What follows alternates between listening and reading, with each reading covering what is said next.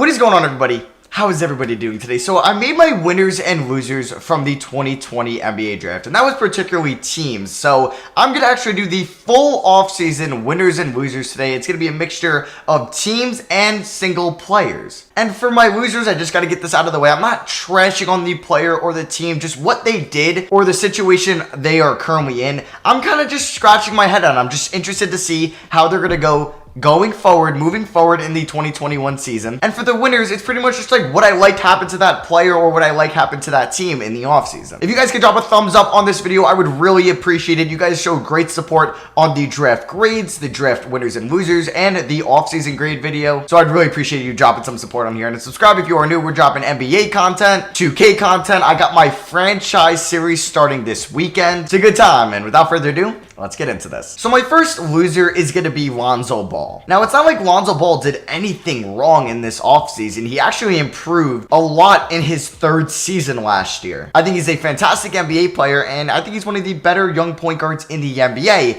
It's just, I think he's a loser out of this offseason because the Pelicans traded for Eric Bledsoe, a veteran point guard who is under contract for 3 more years, making $16 million plus in all 3 of those years. So I'm going to guess that they're going to give a lot of their point guard minutes to Eric Bledsoe. And then the team also spent their lottery pick at number 13 to select a point guard out of Alabama in Kyra Lewis. So I'm just going to think Lonzo is technically a loser just because he might lose some playing time and he might not be in the future plans for the Pelicans. Now, he will be a restricted free agent in 2021, so we'll see if he gets an extension from the Pelicans. I just thought he was a loser because the Pelicans added 2 other point guards that might dig into his minutes next year. Now, our first winner, it's going to be Trey Young. So the Atlanta Hawks probably had the most impactful offseason. They signed Bogdan Bogdanovic, they signed Danilo Gallinari, they used their 6th overall pick on Onyeka Okongwu, they signed Rajon Rondo, they signed Chris Dunn, and they're actually providing a good basketball team around their young cornerstone point guard in Trey Young. So in Trey Young's first 2 seasons in the NBA, the Hawks were pretty bad. So the Hawks are actually fully committing to Trey Young and trying to get him into the playoffs to get him that experience in year 3, which would be absolutely huge for him. Even if they're the 7th or the 8th seed in the Eastern Conference and they get bounced in round 1 to like the Nets, the Celtics, or the Bucks, who cares? You're getting playoff experience for your young 22-year-old point guard, and I think it's going to be huge for Trey Young's development as well, so he is my first winner. So my next loser is going to be the Utah Jazz. Now, I think the Utah Jazz will be a playoff team in 2021. They re-signed Donovan Mitchell to an extension. Job well done there. But they're in a predicament because they really didn't improve their team at all. They spent their first round pick on Udoka Azubuike, who will just be a backup center for them. I really like them bringing back Derek Favors, but if you're bringing back Favors to be pretty much your backup 5, why did you waste the first round pick on Udoka Azubuike when you could have went after a backup point guard like Tyrell Terry was still on the board, or a scoring wing like Tyler Bay or Jaden McDaniels were still on the board? This Jazz team is really good, and like I said, they're probably going to make the playoffs next year, and they could even win a series, but do you really think that they have a shot at winning the championship? I don't think so. And it just, I don't know. I thought they were losers because they really didn't improve at all. Mike Conley, let's hope he doesn't even keep regressing next year as he took a step back this year. I just feel like they didn't really do anything to put them over the edge on like a Lakers or a Clippers. So they're fine being the 4, 5, or 6 seed. That's cool with me as well. But Rudy Gobert is going to be free agent next year. Are you going to give him the super max and then you're kind of stuck cap-wise?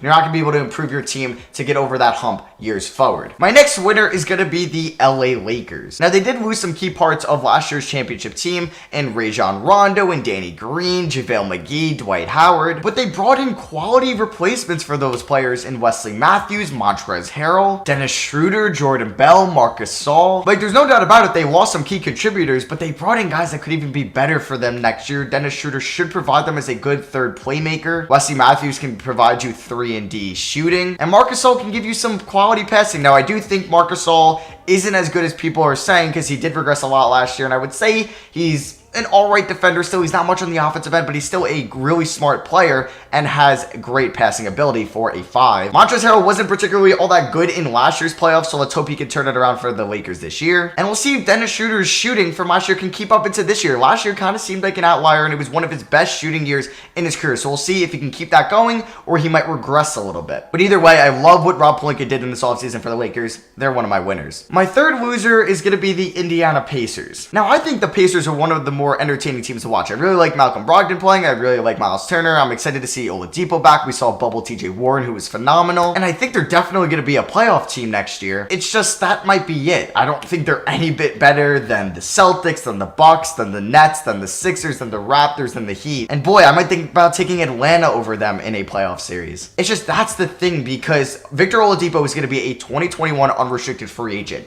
Who knows if he's going to come back? There was trade talks with him this offseason and reports that he didn't even want to practice with the Pacers and he wanted to play with other teams. I don't know if that was fully true or not, but still, the Pacers might be stuck here. They might lose their quote-unquote best player from years prior. You might say Sabonis and Turner and Warren are better right now because of the injury, but it's just I feel like I don't know, like they're just stuck there in the middle, and this team is not going to make the conference finals, I think, unless we see some crazy progression from Miles Turner like Aaron Holiday. They didn't have their first round pick. That was because they gave it up for the Malcolm Brogdon sign and trade in 2019. They did take Cassius Stanley in the second round. I do like that pick. I think it's a low risk, high upside pick. But like I said, I think, yeah, they can make the playoffs. They'll have a winning record, but they might get bounced in round one. They probably will. And then what do you do going forward? So I have two winners here that kind of bet on themselves, and the first one is Gordon Hayward, who opted out of his $34 million player option for 2021. People thought, okay, I don't think he's going to get near that much money on the open market. He might get like 20 to 24 million a year from maybe a team like the Pacers or the Knicks, or even the Hawks were in some talks. But the Charlotte Hornets came out of nowhere. They offered him a 4-year, $120 million contract, which is going to pay him $30 million a year. So he could have gotten $34 million this year playing for the Celtics, but he could have got hurt. He could have regressed, and he might not have gotten that much money on the open market in 2021